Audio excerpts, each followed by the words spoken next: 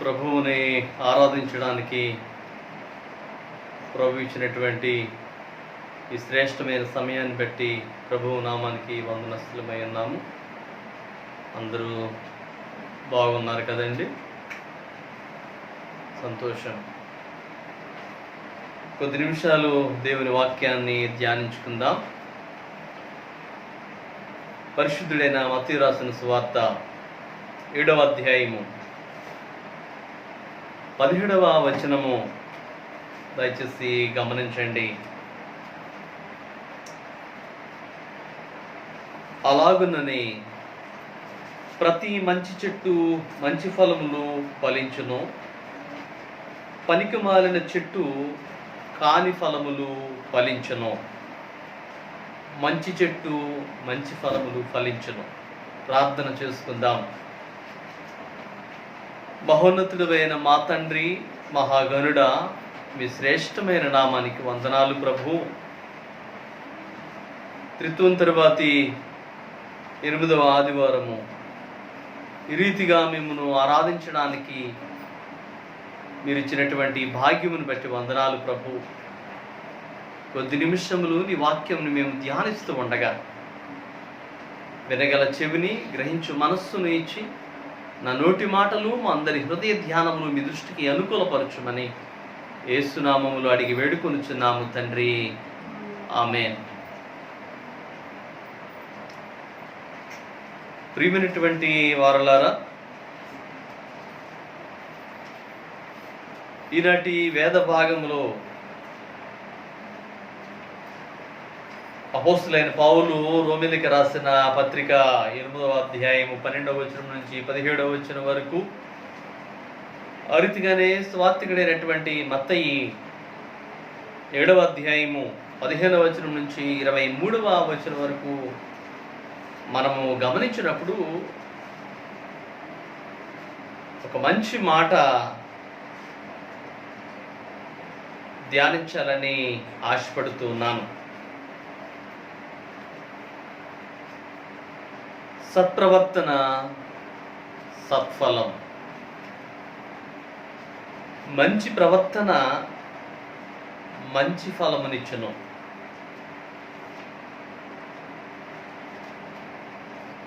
సత్ప్రవర్తన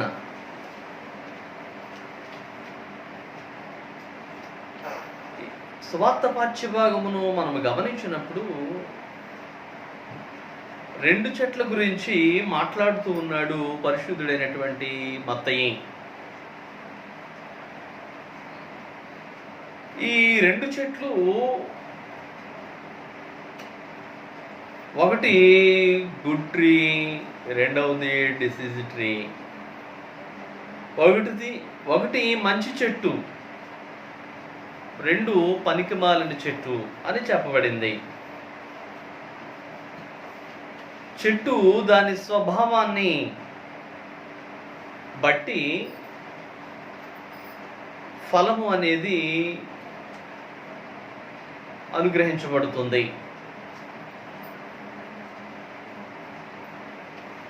ఇక్కడ మాట్లాడుతూ అంటాడు, ముండ్ల పొదలలో ద్రాక్షనైనను, పల్లేరు చెట్లలో అంజూరపు పండ్లనైనను కోయుదురా. ముండ్ల పొదలలో ద్రాక్షనైనను, పల్లేరు చెట్లను, అంజూరపు పండ్లనైనను కోయుదురా. మంచి చెట్టు మంచి ఫలం ఇచ్చును, పనికిమాలిన చెట్టు పనికిమాలిన ఫలమునిచ్చును. ఒకప్పుడు చదువుకునేటప్పుడు నేను ఒక పుస్తకం చదివాను. డాక్టర్ సర్వేపల్లి రాధాకృష్ణన్ అనే ఆయన ఒక పుస్తకం రాశారు, గుడ్ బ్రిక్స్, మంచి ఇటుకలు. ఈ మంచి ఇటుకలని ఈ ఒక నవల, అదే రీతిగా క్యారెక్టర్ ఇస్ డెస్టినీ అనే మరొక నవల, ఆయన రాసినటువంటి పుస్తకాలను గమనించినప్పుడు సత్ప్రవర్తన అనేది సమాజంలో ఎంత అవసరమో, విశేషించి మంచి సమాజానికి యువత మంచి ఇటుకలు లాంటివి వారు అని చెప్పి ఆయన సంబోధించినటువంటి విధానాన్ని నేను గమనించాను. ఆ రీతిగానే స్వార్థికుడైనటువంటి మత్తయి చెట్టు యొక్క స్వభావమును మాట్లాడుతూ ఉన్నాడు. అపోస్తలుడైన పౌలు మంచి జీవితం గురించి, అనగా దేవుని యొక్క బిడ్డల గురించి మాట్లాడుతూ ఉన్నాడు. ఈ రెండింటినీ క్రోడీకరించిన మీదట సత్ప్రవర్తన సత్ఫలం అనే ఈ మాట మనము ధ్యానించవలసినటువంటి మంచి ఆలోచనగా ఉన్నది. ప్రియమైన దేవుని వారలారా,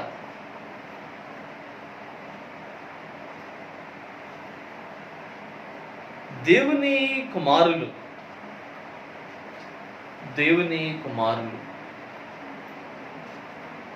చెట్టుకున్నటువంటి రెండు స్వభావాలను ఆలోచన చేసినప్పుడు, మంచి చెట్టు మంచి ఫలమునిచ్చును, పనికిమాలిన చెట్టు పనికిమాలిన ఫలమిచ్చును.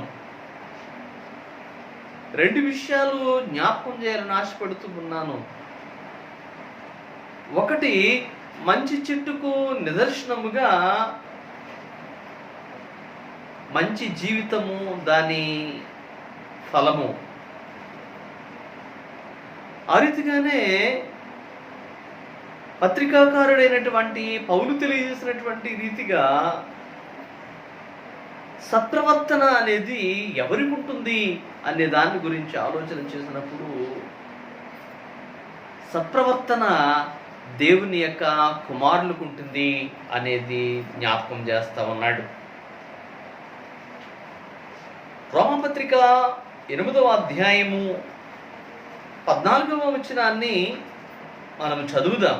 రోమపత్రిక 8వ అధ్యాయం 14వ వచనం చదివితే, దేవుని ఆత్మ చేత ఎందరూ నడిపింపబడుదురో వారందరూ దేవుని కుమారులై ఉందురు. దేవుని ఆత్మ చేత ఎందరూ అయితే నడిపించబడుదురో వారందరూ ఎవరి కుమారులై ఉంటారు అనగా దేవుని కుమారులై ఉంటారు, అనగా దేవుని పిల్లలు. సత్ప్రవర్తన ఎవరు కలిగి జీవిస్తారు అనగా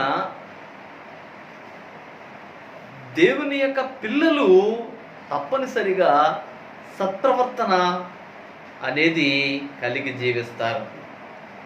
ఎందువలన వారు సత్ప్రవర్తన కలిగి జీవిస్తారు అనగా దేవుని ఆత్మ చేత వారు నడిపించబడుదురు కాబట్టి వారు మంచి ప్రవర్తనను కలిగి ఉంటారు. మంచి ప్రవర్తన.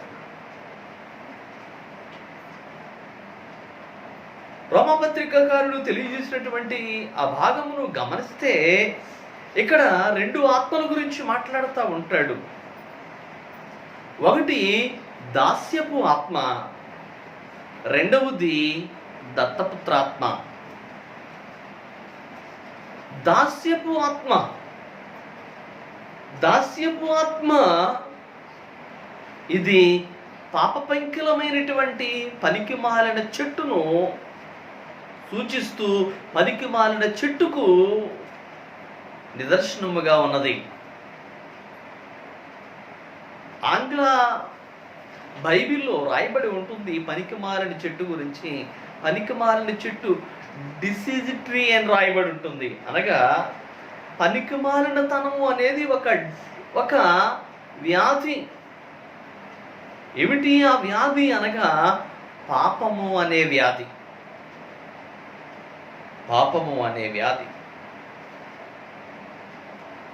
ఈ పాపము అనే వ్యాధితో బ్రతుకుతూ ఉన్నటువంటి ప్రతి మనిషి కూడా దాస్యముతో, దాస్య శృంఖలాలలో జీవిస్తూ ఉంటాడు. అతను దేవుని యొక్క ఆత్మను కలిగిన వాడిగా ఉండక, దేవుని ఆత్మను అతను పట్టించుకొనని వాడై తను ఈలోకపరమైనటువంటి దాస్యపు ఆత్మ చేత ఏడవబడి మరులు కల్పబడి బ్రతుకుతూ ఉంటాడు. అయితే రెండవది దత్తపుత్రాత్మ. ఏమిటి ఈ దత్తపుత్రాత్మ అనగా స్వీకృత పుత్రాత్మ అని పుట్టినోట్లో వ్రాయబడి ఉంటుంది. స్వీకృత పుత్రాత్మ అనగా అద్వితీయ దేవుడు తన కుమారుడిని ఈ లోకంలోనికి పంపించి తన రక్తము చేత మానవ పాపములను కడిగి మనిషిని ఆయన స్వీకరించినటువంటి పరిస్థితి. ఆయన స్వీకృత అనగా బిడ్డలను ఆయన బిడ్డలుగా స్వీకరించాడు. ఈ స్వీకరించబడినటువంటి బిడ్డలు ఎలాగూ జీవిస్తారు అనగా ఆత్మచేత నడిపించబడతారు. ఆత్మచేత నడిపించబడతారు. ఈ ఆత్మచేత నడిపించబడుతూ ఉన్నటువంటి వీరు దేవునితో ఎలా ఉంటారు అనగా ఇక్కడ వ్రాస్తా ఉంటాడు 15వ వచనములో, రోమాపత్రిక 8వ అధ్యాయం 15వ వచనములో,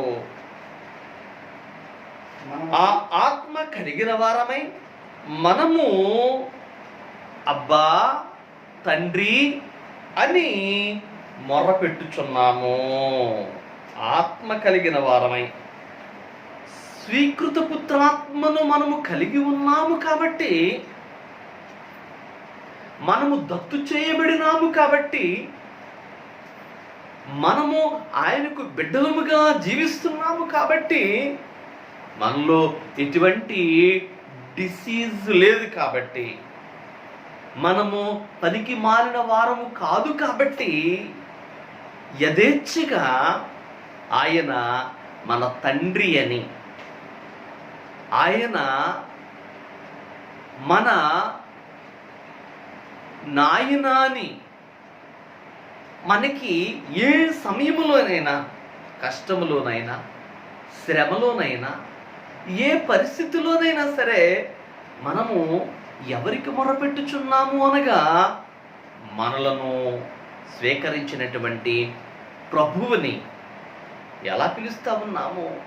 ప్రభువా అనే దానికన్నా అబ్బా అనగా నా తండ్రి, నాన్న, నాయన అని మన కష్టములో ఆయన్ని మనం పిలుస్తున్నాం. ఎందుకు అనగా ఆయనకు మనము దత్తు చేయబడ్డాం. ఆయన మనలను ఏర్పాటు చేసుకున్నాడు. ఆయన మనలను పిలుచుకున్నాడు. మన యొక్క గొప్ప, మన ఘనత ఇందులో మన యొక్క ప్రాధాన్యత ఏమీ లేదు, కానీ ఆయన కృపచేత మాత్రము మనము ఆయన చేత స్వీకరించబడినాం. కాబట్టి మనము ఆయన దత్తు చేయబడినటువంటి బిడ్డలం. మనలో దాస్యపు ఆత్మ లేదు. ఒక దినాన యూదులు వచ్చి ప్రభువును అడుగుతా ఉన్నారు. యోహాను సువార్త 8వ అధ్యాయంలో దాన్ని మనకి రాస్తూ ఉంటాడు. వాళ్ళు అంటూ ఉంటారు, మేము మా పితరుడైనటువంటి అబ్రహాము పిల్లలము అని చెప్పి అంటూ ఉంటారు. ప్రభు అంటాడు, మీరు మీ తండ్రి క్రియలు చేస్తూ ఉన్నారు, కానీ అబ్రహాము క్రియలు మీలో లేవే. మీ తండ్రి క్రియలు అనగా వీరికి తండ్రి ఎవరు? అబద్ధమునకు జనకుడు అయినటువంటి, దాస్య శృంఖలలోనికి నెట్టుచూ ఉన్నటువంటి సాతానుని యొక్క బిడ్డలు అని యేసుక్రీస్తు ప్రభులు వారు మాట్లాడుతూ ఉన్నారు. మీరంటా ఉన్నారు, అరే మేము అబ్రహాము సంతానము అంటూ ఉన్నారు. అయితే అబ్రహాము పిల్లలకి ఏమున్నవి అనగా అబ్రహాము క్రియలుంటవి. అబ్రహాము క్రియలేమిటి? అబ్రహాము నీతివంతుడు, అబ్రహాము విశ్వాసపూరితమైనటువంటి మనిషి. కానీ వీరికి మాత్రము ఏమి లేదు అనగా విశ్వాసం లేదు, దేవుని నీతి లేదు అనగా ఆచారబద్ధమైనటువంటి జీవితాన్ని జీవిస్తూ ఉన్నారేమో కానీ క్రియారూపకమైనటువంటి బిడ్డలుగా జీవించలేకపోతూ ఉన్నారు. అందుకని యేసుక్రీస్తు ప్రభుల వారు అంటూ ఉన్నారు, నీ తండ్రి క్రియలే మీ అందు ఉన్నవి అనగా దాస్యపు క్రియలు మీ అందు ఉన్నవి. ప్రియమైన దేవుని వారలారా, దేవుని యొక్క కుమారులముగా, దేవుని యొక్క బిడ్డలముగా ఈవేళ మనలను మనం పరిశీలన చేసుకున్నప్పుడు ఎలా ఉన్నాము? మనము దేవుని బిడ్డలుగా ఉన్నామా? లేకపోతే అపవాది తన యొక్క క్రియలను కొనసాగించే స్థితి మనలో ఉన్నదా? ఆదికాండము 6వ అధ్యాయము 2వ వచనములో అంటాడు, ఆదికాండము 6వ అధ్యాయము 2వ వచనములో దేవుని యొక్క కుమారులు నరుల కుమార్తెలు చక్కని వారు అని ఎంచుకొని వివాహము చేసుకొనిరి అని వ్రాయబడి ఉంది. దేవుని యొక్క కుమారులు, దేవుని యొక్క పిల్లలు, వారికి ఉన్నటువంటి పేరేమిటి అనగా దేవుని యొక్క కుమారులు, దేవుని పిల్లలు. వారు నరుల కుమార్తెలను ఎవరు వీరు? ఎజ్రా గ్రంథకర్త గ్రంథస్థం చేస్తాడు. ఎజ్రా తన యొక్క గ్రంథములో రాయబడినటువంటి మాటను ఒక్కసారి ఆలోచన చేద్దాం.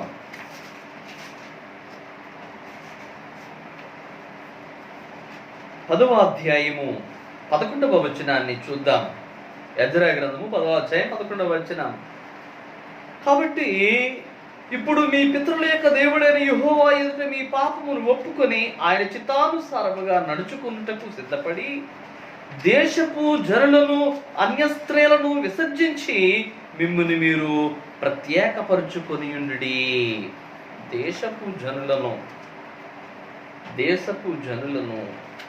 దేవుని ఎదుట మీ పాపం ఒప్పుకొని ఆయన చిత్తానుసారముగా నడుచుకున్నటకు సిద్ధపడి దేశపు జనులను అన్య స్త్రీలను విసర్జించి మిమ్మును మీరు ప్రత్యేకపరచుకోనండి. ఈ విషయంలో మనం ఆలోచన చేస్తే దేవుని కుమారులుగా ఉన్నటువంటి వారు దేవుని యొక్క ఆలోచనలను కలిగి, దేవుని యొక్క భావాలను కలిగి, దేవుని యొక్క ఆత్మ ప్రేరణ కలిగినటువంటి బిడ్డలుగా జీవించగలగాల. అంతేగాని దేవునికి ఇష్టము లేనటువంటి అన్యమైనటువంటి స్థితి ఎవరిలోనైనా ఉంటే గనక, అన్యభావాలు, అన్య ఆలోచనలు, దేవునికి విరుద్ధమైనటువంటి జీవిత విధానం ఉంటే అది దేవుడు మెచ్చే స్థితిగా ఉండనేరదు. కాబట్టి ఇక్కడ అంటాడు మత్తయి సువార్తికుడు 7వ అధ్యాయము 22వ వచనంలో 23వ వచనాన్ని జ్ఞాపకం చేస్తూ ఉంటే ఇక్కడ ఏమంటా ఉంటాడంటే, నేను మిమ్మును అక్రమము చేయువారులారా నా యొద్ద నుండి పొండని వారితో చెప్పుదును.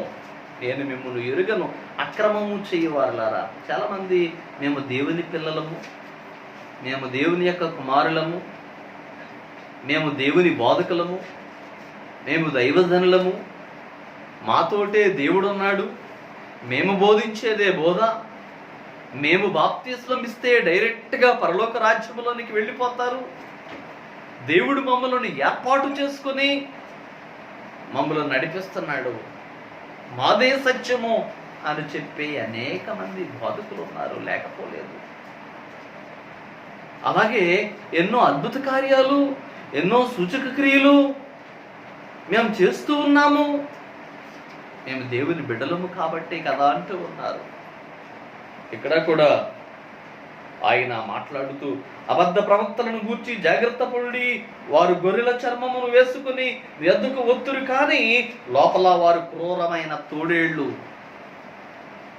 ప్రియమైనటువంటి విశ్వాసి సూచక క్రియలను వెతుక్కుంటూ, అద్భుత కార్యాలను వెతుక్కుంటూ, లేకపోతే ఏదేదో ఎండమావులలో నీటి మడుగులను వెతుక్కుంటూ నీవు బయలుదేరి వెళుతూ ఉన్నావేమో.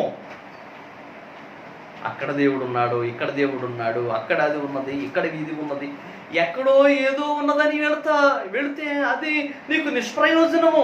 మొట్టమొదట నీలో దేవుడు ఉన్నాడా లేదా? నీలో దేవుడు ఉన్నాడా లేదా?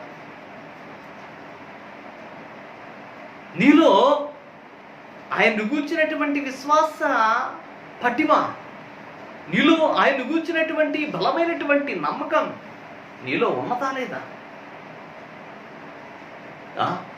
ఎన్నెన్నో జరుగుతూ ఉన్నాయి.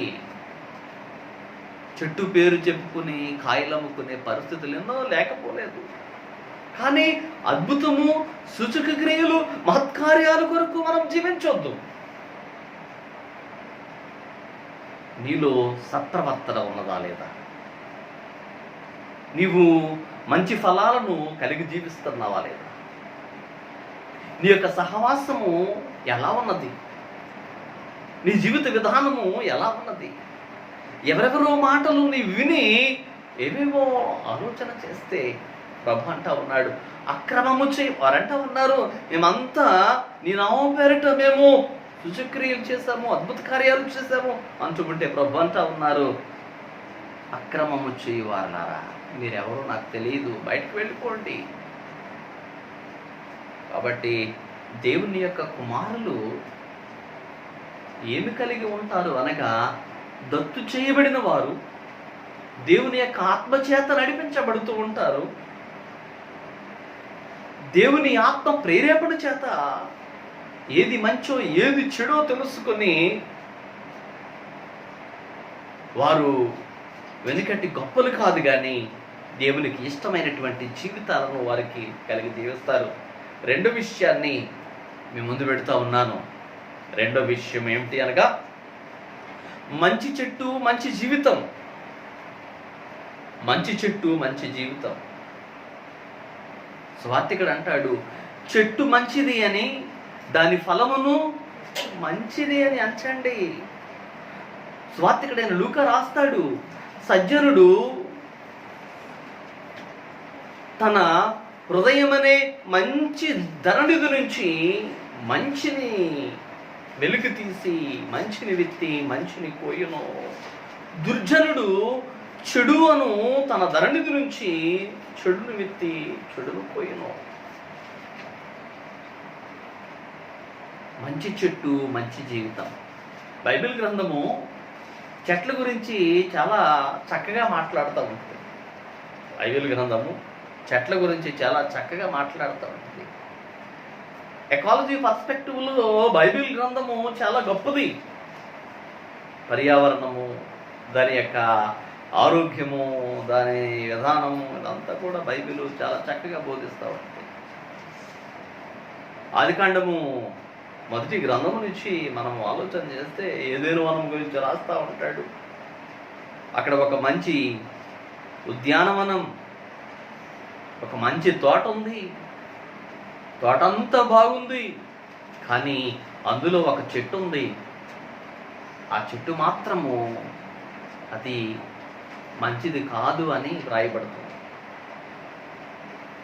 దాని ఛాయలకు మీరు వెళ్ళకండి, ఇదంతా అనుభవించండి, కానీ ఆ చెట్టును మాత్రము మీరు తాకవద్దు, ఆ చెట్టు పండును మీరు తినవద్దు. దేవుని ఆజ్ఞ. మంచి చెట్టు మంచి జీవితం ఇస్తుంది. న్యాయాధిపతుల గ్రంథము 9వ అధ్యాయము 15వ వచనము మనము గమనించగలిగితే అక్కడ కొన్ని చెట్లున్నాయి.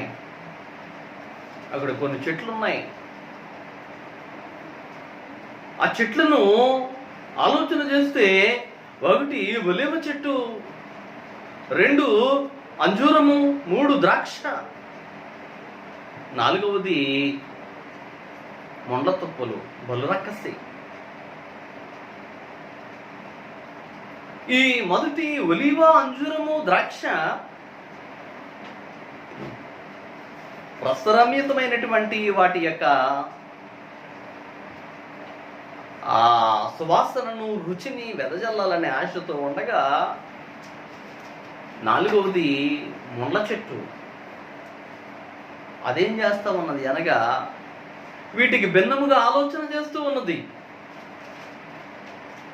వీటికి భిన్నముగా ఆలోచన చేస్తూ ఉన్నది. ఏమిటి దీని భిన్నమైనటువంటి ఆలోచన అనగా, మాకు మమ్మల్ని ఏలడానికి నీ వస్తావా అని ముండ్ల తుప్పలను అడిగినప్పుడు చెట్లన్నీ కలిసి ఆ యొక్క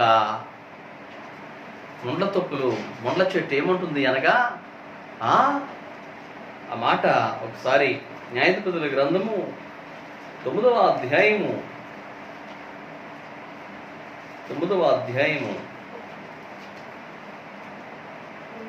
15వ వచనం చదువుదాం.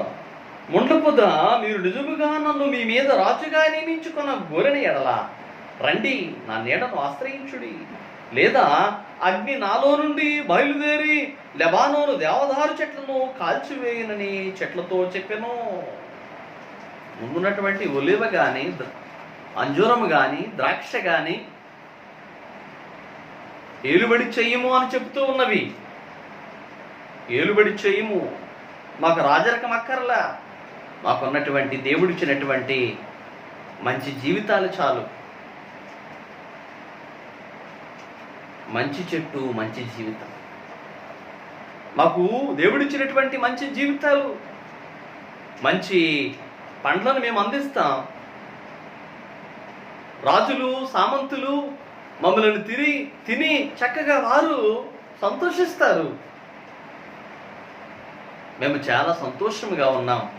కానీ ముండ్ల పొద ఏమంటుందంటే, రండి రండి, నేను సిద్ధముగా ఉన్నాను మిమ్మల్ని ఏలడానికి. ఇక్కడ రెండు జీవితాలు మనకి సాదృశ్యంగా ఉన్నవి. మంచి చెట్టు, మంచి జీవితము. పనికిమాలిన చెట్టు, పనికిమాలిన జీవితం. ముండ్ల పొద ఒక చెడ్డ జీవితానికి సాదృశ్యముగా ఉన్నది. యెరుబ్బయలు కుమారుడైనటువంటి అబీమెలెకు అనేవాడు, ఈ న్యాయాధిపతుల గ్రంథం 9వ అధ్యాయం ఆలోచన చేస్తే, అబీమెలెకు అనేవాడు గిద్యోను తర్వాత ఈ ప్రజలను ఏలడానికి ఆశపడుతూ ఉన్నాడు. ఆ రీతిగా ఆ యొక్క ప్రజలను ఏలడానికి కొంతమందిని అతను వశపరుచుకుని తన తండ్రి కుమారులైనటువంటి 70 మందిని రాతి మీద పెట్టి భయంకరంగా వారిని చంపివేయడం జరిగింది అబీమెలెకు అనేవాడు. కాబట్టి చిట్ట చివర ఒక కుమారుడు, యోతాము అనే కుమారుడు ఉన్నాడు. గిద్యోనికి. ఆ కుమారుడు ఈ చెట్లను ఉద్దేశించి, మంచి చెట్ల గురించి, ముండ్ల పొద లాంటి అబీమెలెకు గురించి మాట్లాడుతూ ఉన్నాడు. అబీమెలెకు ముండ్ల పొద లాంటి వాడు. ప్రియమైనటువంటి దేవుని వారలారా, సంఘాలలో, సమాజాలలో, కుటుంబాలలో ఒకవేళ ముండ్ల పొద లాంటి మనస్తత్వం కలిగినటువంటి మనస్తత్వాలు కనుక ఉంటే, అలాంటి మనుషులు కనుక ఉంటే, ఆ కుటుంబాలు, ఆ సంఘాలు, ఆ సమాజము అగ్నిలాగా రగిలిపోతూ ఉంటుంది. సమాధానం అనేది కొరవడుతుంది, శాంతి, నెమ్మది అనేది కొరవడుతుంది. ఎందువలన అనగా వారి యొక్క స్వభావం, అబీమెలెకు స్వభావం ఎట్లాంటిది అనగా ముండ్ల పొద లాంటి స్వభావము.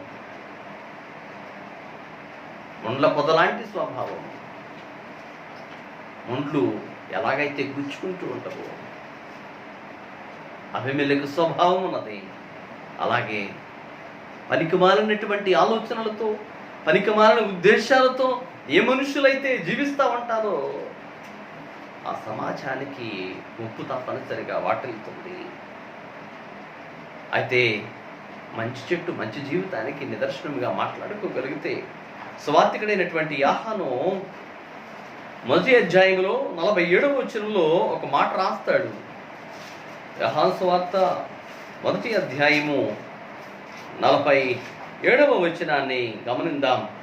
యేసు నతనయేలు తన యొద్దకు వచ్చుట చూచి, ఇదిగో ఇతడు నిజముగా ఇశ్రాయేలీయుడు, ఇతని యందు ఏ కపటమును లేదని అతన్ని గూర్చి చెప్పెను. యేసుక్రీస్తు ప్రభుల వారు తన యొక్క సువార్త ప్రారంభంలో ఆయన గూర్చినటువంటి భావాలు, ఆయన్ని వెంబడిస్తూ ఉన్నటువంటి శిష్యరికపు అనుచరులు ఒకరికి ఒకరు రండి ఆయన్ని వెంబడిద్దాం, రండి ఆయనతో వెళదాము అని చెప్పుకుంటూ ఉండగా ఫిలిప్పు నతనీయుల దగ్గరికి వెళ్ళి చెప్తూ ఉంటాడు. నతనీయులు మెస్సియాను కనుగొన్నాను అని ఫిలిప్పు అన్నప్పుడు నతనీయులు ఎక్కడ కనుగొన్నావంటే, ఇదిగో నజరేయుడైనటువంటి యేసు అని చెప్తూ ఉంటాడు. యోసేపు కుమారుడైన నజరేయుడు యేసు అని అతనితో చెప్పెను. అందుకు నతనీయేలు అంటాడు, నజరేతులో నుండి మంచిది ఏదైనా రాగలదా అని అతన్ని అడిగగా నతనీయేలు అడుగుతా ఉంటాడు, అబ్బా నజరేతు నుంచి మంచిది ఏదైనా వస్తుందా? ఫిలిప్ అంటాడు, వచ్చి చూడుడి అన్నప్పుడు నతనీయేలు బయలుదేరి వస్తూ ఉన్నప్పుడు యేసుక్రీస్తు ప్రభుల వారు నతనీయేలును చూచి అంటా ఉంటారు, ఇదిగో ఇతడు నిజముగా ఇశ్రాయేలీయుడు, ఇతడు నిజముగా ఇశ్రాయేలీయుడు, దేవుని కుమారులము అని,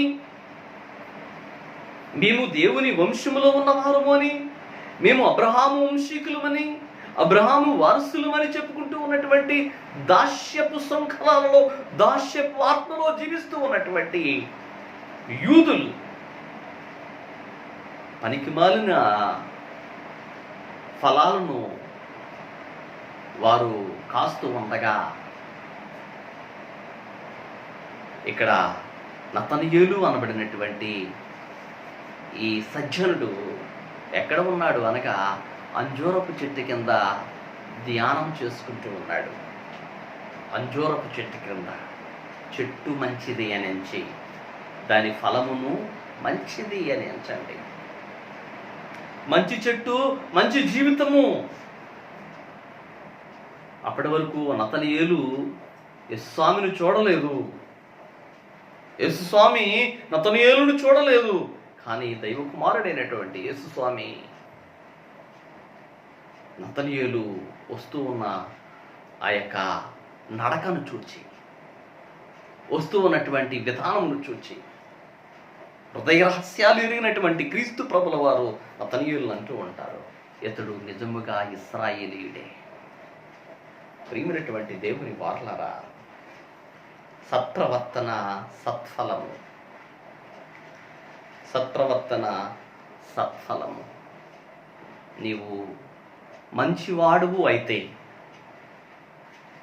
దేవుని యొక్క బిడ్డగా ఈ లోకంలో జీవించాలి. ఇది మనం పాడుకున్నటువంటి అంశానుసరి కీర్తన, నిన్ను నా ఇంటి వారును అనే ప్రతిజ్ఞ కీర్తన పాడుతున్నా. ఈ ప్రతిజ్ఞ కీర్తనలో ఉన్నటువంటి చరణాలన్నీ కూడా సంఘ కార్యక్రమంలో నేను సహకరిస్తాను, అనుదినము వేదవాక్య పఠనంలో నేను ఉంటాను, అనుదినము నీ యొక్క గుమ్మల దగ్గర వేచి ఉంటాను, ఆశతో నిన్ను వెతుకుతాను, పెద్దలను గౌరవిస్తాను, తోడివారితో కలిసిమెలిసి జీవిస్తాను. సత్ప్రవర్తన. ఓ విశ్వాసి, చెట్టు మంచిది అని దాని ఫలమును కూడా మంచిదే అని ఎంచు. నీవు ఎలాగైతే జీవిస్తావో, నీ జీవితం ఎలాగో అయితే ఉండాలి అనుకుంటావో దేని మీద ఆధారపడి ఉంటుంది అనగా నీ ప్రవర్తన మీద ఆధారపడి ఉంటుంది. నీ ప్రవర్తన ఎప్పుడైతే బాగుంటుందో నీ జీవితం తప్పనిసరిగా కష్టాలు రావచ్చు, లేకపోతే ఏవో అగచాట్లు రావచ్చు, ఏవో నష్టాలు రావచ్చు, శోధనలో పడిపోవచ్చు. కానీ చిట్ట చివరికి మాత్రం నీ జీవితము మంచి ప్రవర్తనలో నీ ఉంటే గనక మంచి ఫలాన్ని అనుభవిస్తావు. ఎస్తేరు గ్రంథములో రాయబడుతుంది. ఎస్తేరు గ్రంథములో అసలు చాలా కష్టాలు అనుభవించినటువంటి మొర్దెకై జీవితాన్ని మనం చూస్తాం. చాలా కష్టాలు అనుభవించాడు అతను. ఆ కష్టాలు అనుభవిస్తూ ఉన్నటువంటి ఈ మొర్దెకై జీవితము ఎలాగూ మారిపోయింది అనగా, ఈ 8వ అధ్యాయము 15వ వచనంలో చూస్తాం మనం. 8వ అధ్యాయము ఎస్తేరు గ్రంథం 8వ అధ్యాయం 15వ వచనం. మొర్దెకై ఓదావర్ణమును తెలుపు వర్ణమును గల రాజవస్త్రమును బంగారపు పెద్ద కిరీటమును అవిసనారతో చేయబడిన ధూమ్రవర్ణము గల వస్త్రములను ధరించుకున్నవాడై రాజ సముఖము నుండి బయలుదేరెను. అందు నిమిత్తము షూషను పట్టణము ఆనందించి సంతోషముందెను. బూడిద పోసుకున్నాడు, గోనె బట్ట కట్టుకున్నాడు, మనశ్శాంతి లేని దినములు ఎన్నో గడిపాడు. ఈ షూషను కోట, ఈ షూషను పట్టణంలో ఉన్నటువంటి యూదులందరూ కూడా సాగు బ్రతుకుల మధ్య అల్లాడుతున్నటువంటి పరిస్థితి కలిసివేసింది. మొర్దెకై ఏమైపోతామో మేము. కానీ తన మంచి ప్రవర్తన మొర్దెకై వీడలేదు. చివరికి మొర్దెకై జీవితము ఏమైంది అనగా, రాజవస్త్రములను ధరించి ఎంతగా ఎదిగిపోయాడు. సత్ప్రవర్తన. ఒక దినాన ఒక మిషనరీ కారు మీద బయలుదేరి వెళుతూ ఉండగా ఒక దారిలో ఒక శిశువు, చిన్న బాలుడు అప్పుడే తల్లి గర్భం నుంచి బయటకు వచ్చినటువంటి బాలుడు ఒక చెత్త కుండీలో ఉన్నాడు. మిషనరీ కారులో వెళుతూ ఆ చెత్త కుండీలో ఉన్నటువంటి ఆ బాలుని చూచాడు, ఆ శిశువుని చూచి గబగబా వచ్చి ఒక ఫోటో తీసాడు. ఫోటో తీసుకుని ఆ శిశువుని కారులో పెట్టుకుని ఇంటికి వచ్చాడు. ఇంటికి వచ్చి ఆయకు అప్పగించాడు, ఈ బాబుని పెంచు అని. తనింట్లోనే మిషనరీ తనింట్లోనే ఆ బాబుని పెంచుతూ ఉన్నాడు. ఆ బాబు పెద్దవాడయ్యాడు, చదువుకుంటున్నాడు, కాలేజీకి వెళుతున్నాడు. ఒక దినాన అయితే ఈ అబ్బాయి ఏ రోజైతే మిషనరీకి దొరికాడో ఆ రోజు ఈ అబ్బాయి జన్మదినముగా మిషనరీ ఏర్పాటు చేసి, అప్పటి నుంచి ప్రతి సంవత్సరము అదే తేదీ నాటిన అదే దినమున మిషనరీ జన్మదినం ఆరాధన చేస్తూ ఉండేవాడు తన కుటుంబంలో. ఈ బిడ్డ యొక్క జన్మదిన ఆరాధన. సరే, ఈ పిల్లవాడు ఇలా పెద్దవాడు అయిన తర్వాత కాలేజీ చదువులకు వెళ్ళాడు. అయితే కాలేజీ చదువులకు వెళ్తూ ఉన్నప్పుడు కూడా తండ్రి తన పుట్టినరోజు చేస్తూ స్తుతి ఆరాధన జరిగించిన తర్వాత ఈ అబ్బాయి ఫ్రెండ్స్ వచ్చారు. ఆరాధన అంతా అయిపోయింది.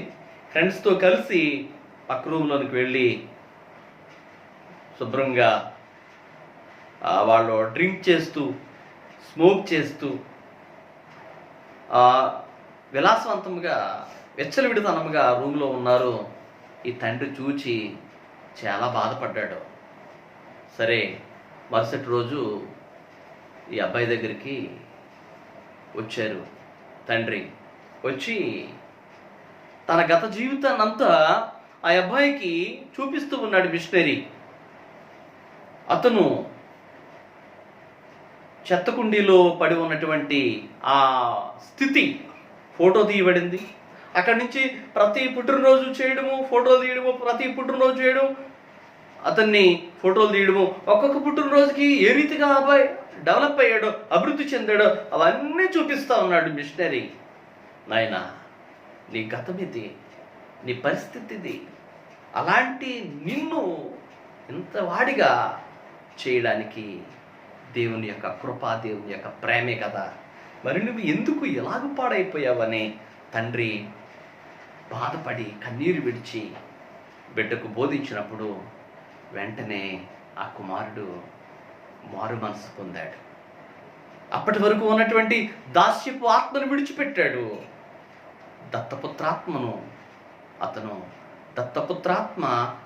ఆత్మలోనికి అతడు నడిపించబడ్డాడు. దేవుని చేత ప్రేరేపించబడిన వాడై దైవాత్మ చేత నడిపించబడి అతను ఒక గొప్ప దైవజనుడిగా మారిపోయాడు.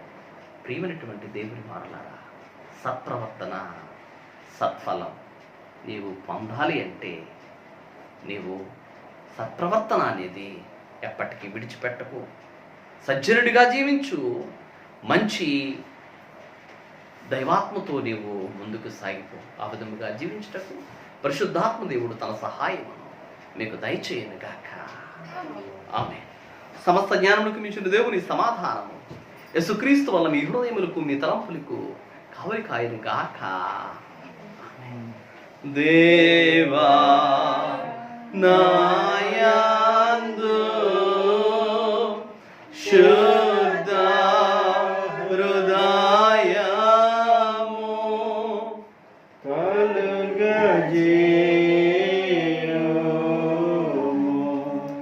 నాయంతరంగములో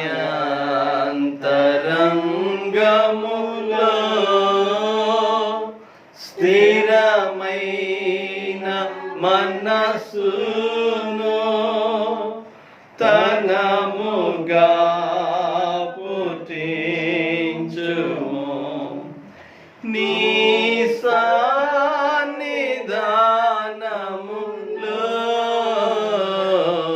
నుండి నన్ను త్రోసి వేయకుము. నీ పరిశుద్ధాత్మను నా యొద్ద నుండి తీసివేయకుము. నీ రక్షణ నందము నాకు మరలా పుట్టించుము.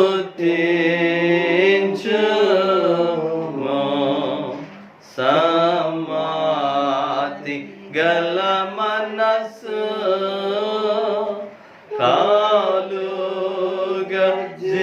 కలుగజేసి నన్ను దృఢపరచుము. ప్రార్థింతుము, తలలు ఉంచుదాం. కృపగల మా దేవ, దయగల మా తండ్రి, మీ ఘనమైన నామానికి వందనాలు. ఈ యొక్క పరిశుద్ధ దినమున సత్ప్రవర్తన, సత్ఫలం అనే దాని గురించి మేము ఆలోచన చేశాం. నిజమే ప్రభు, మా యొక్క ప్రవర్తన మంచిగా ఉంటే మేము మంచి ఫలములనే ఫలించగలం. అనుభవములో నేర్చుకుంటే దేవా తప్పనిసరిగా ఆ మంచి ఫలాలను రుచి చూడగలం. ఓ తండ్రి, ఈ భయంకరమైనటువంటి పరిస్థితుల్లో ఈ లోకమున్నది నాయన, ఈ ప్రపంచము భయానకమైనటువంటి ఆందోళనలతో ఈరోజు ఏమి జరగనున్నదో, రోజు రోజుకి కూడా ఏమైపోనై ఉన్నదో ఈ యొక్క మానవ స్థితి అనే ఆలోచనలో తచ్చాడుతూ ఉన్నాం. ఓ దేవా, దాస్యపు ఆత్మ ఎవరికైతే ఉంటుందో వారికి భయము, వారికి బెడద. దత్తపుత్రాత్మను ఎవరైతే కలిగి ఉన్నారో వారికి సంతోషము, విజయము, ఆనందము. దేవా, మంచి చెట్టు, మంచి జీవితము గురించి ఆలోచించాం. దేవుని కుమారులు కలిగి ఉన్నటువంటి జీవితాన్ని గురించి ఆలోచించాం. ఒకవేళ ఈ భయంకరమైనటువంటి కరోనా వ్యాధి కనుక అయ్యా నీ బిడలైన వారికి ఎవరికైనా ఉన్నప్పటికీ అది ఏమీ చేయలేదు. ఎందుకంటే మంచి చెట్టు మంచి జీవితం, దేవా ఫలించే చెట్టుకి రాళ్ళ దెబ్బ. అయినప్పటికీ నీవు విడిచిపెట్టవు, నీ బిడ్డలను నీవు విడిచిపెట్టవు నాయన. సత్ప్రవర్తనలో ఉన్నటువంటి దానియేలు, షడ్రకు మెషకు అబేద్నెగోలు నాయనా, వారు మండుచున్నటువంటి గుండములో ఉన్నప్పటికనే వారితో నీ ఆత్మ ఉన్నది కాబట్టి అయ్యా వారికి విజయము మంచి స్థితి చేకూరింది. ఓ ప్రియ తండ్రి, మేము కూడా నీ బిడ్డలముగా సత్ప్రవర్తన కలిగి జీవించిన వారమైతే మా కష్టంలో, మా నష్టములో, అశాంతిలో నీవు మాతో ఉంటావు, మమ్మలను దరికి చేరుస్తావు. ప్రభు, ఈ మానవ జీవితంలో అయా అనేకమైన ఎత్తు పల్లాలు ఉంటాయి. వాటిని చవి చూస్తూ ఉన్నటువంటి మేము విసుగు చెందక, ఏసారిపోక నీ వైపు చూచి మంచి ప్రవర్తనలు కలిగి జీవిస్తే మేము బ్రతుకుతాం. ఓ దేవా, ఇదిగోనైనా ప్రభువా, మా దీన సంఘాన్ని బట్టి ప్రార్థిస్తూ ఉన్నాను, దీవించు నాయన. సంఘంలో ఉన్న ప్రతి కుటుంబాన్ని బట్టి ప్రార్థిస్తూ ఉన్నాను, దీవించు నాయన. ఏ కుటుంబంలో ఎటువంటి అశాంతి ఉన్నదో వారికి నీ శాంతి, నీ సమాధానమును దయచేయి అయ్యా. నీ కృపలో వారి జీవితాలను ఆదరించు. వయోభారము చేత బాధపడుచు ఉన్న వారిని, దీర్ఘకాలిక వ్యాధులతో బాధపడుచు ఉన్న వారిని ఆదరించు. ఓ ప్రియ తండ్రి, ఇంకను గృహిణులు వారి గృహాలను చక్కగా తీర్చిదిద్దుకుంటూ ఉండగా ఆధ్యాత్మికంగా బలపరిచి ముందుకు నడిపించండి.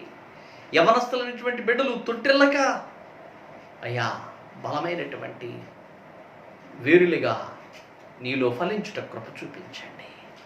ఓ మా కనికరం కలిగిన తండ్రి, అయ్యా కరోనా వైరస్ ఎవరిని మిరుగుదరాని గర్జించు సింహం వలె తిరుగుచూ ఉండగా నీ బిడ్డల చుట్టూ నీ కంచెను ఉంచు నాయన, నీ కాపుదల ఉంచు నాయన. ఆయుర్వేదిక బలములతో వారిని జీవింపచేయి నాయన. దేవా, ఈ సువార్త అనేక మంది వారి గృహాలలో వింటూ ఉండగా అయ్యా ఏ గృహములు అయితే ఈ సువార్త వెదజల్లబడుతూ ఉందో వారందరినీ కూడా నీ కృపలో జ్ఞాపకం చేసుకోనండి, దీవించండి, బహుగా ఆశీర్వదించండి. నీ క్షేమము నెమ్మది వారి కుటుంబాల్లో దయచేయమని బ్రతిమలాడుకుంటూ ఉన్నాను. దేవా, త్రితోంతరువాతి ఈ 8వ ఆదివారము ఈ రీతిగా మిమ్మల్ని ఆరాధించుకోవడానికి కృప చూపించావు. ఆరాధనలో పాలిభాగస్తులైనటువంటి ప్రతి ఒక్కరిని పేరు పేరు చొప్పున దీవించండి నాయన. మా దేశాన్ని దీవించండి, మా రాష్ట్రాన్ని దీవించండి, మా జిల్లాను దీవించండి, మా ప్రాంతాన్ని దీవించండి. ప్రపంచ పాలకులు నాయకుల మధ్య శాంతి సామరస్యతను దయచేయండి. ఆంధ్ర ఎవాంజలికల్ లూథరన్ సంఘాన్ని దీవించండి, సంఘ గురువులను దీవించండి, సంఘ నాయకులను దీవించండి. ఈ మా విన్నపములను అంగీకరించమని, మీ చిత్తమైతే, మీరు అక్కడ ఆలస్యమైతే మరొకసారి ఈ రీతిగా చేరి మిమ్మల్ని స్తుతించుకునే వరకు నీ కృపాక్షేమములు మా వెంట ఉంచుమని మా ప్రభువును రక్షకుడిని యేసు నామములో మీకు హృదయపూర్వకంగా బ్రతిమలాడి వేడుకొనుచున్నాం పరమ తండ్రి, ఆమేన్. పరలోకమందున్న మా తండ్రి, మీ నామం పరిశుద్ధపరచబడును గాక, మీ రాజ్యం వచ్చును గాక, మా అనుగ్రహాన్ని దయచేయి. మెడల ప్రార్థన చేస్తున్న వారిని క్షమించిన ప్రకారం మా ప్రార్థన క్షమించు. చదువును నీ తెక దృష్టిని మమ్మల్ని తప్పించు. రాజ్యము, శక్తి, మహిమ నిరంతరము నీవైనవి, ఆమేన్. ప్రభువు నిన్ను ఆశీర్వదించి నిన్ను కాపాడును గాక. ప్రభువు నీకు తన సన్నిధిని ప్రకాశింపజేసి నిన్ను కరుణించును గాక. ప్రభువు నీ మీద తన సన్నిధి కాంతిని ఉదయింపజేసి నీకు సమాధానము కలుగుజేయును గాక.